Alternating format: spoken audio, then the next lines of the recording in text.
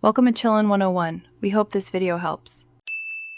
You start by confirming eligibility. You must have a U.S. phone number to add. Once you verify the number type, prepare your full name and the specific phone number to register.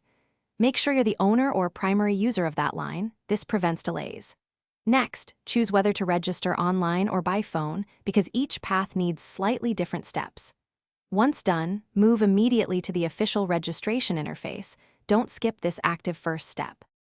You now register the number directly with the official registry, using either the website or designated phone line.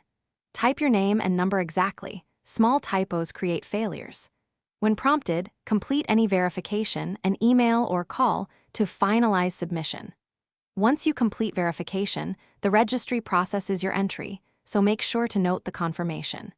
If you used a business network or third party, double-check they submitted correctly, because mistakes commonly happen in the middle of the process. You finish by waiting the standard 24 to 31 days for most telemarketers to stop calling. This gap allows companies to update lists.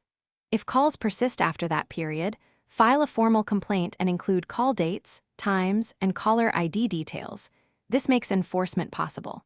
Make sure to re-register any new numbers immediately.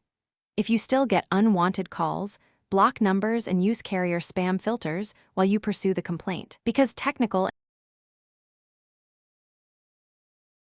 Thanks for watching. Consider subscribing if we helped you.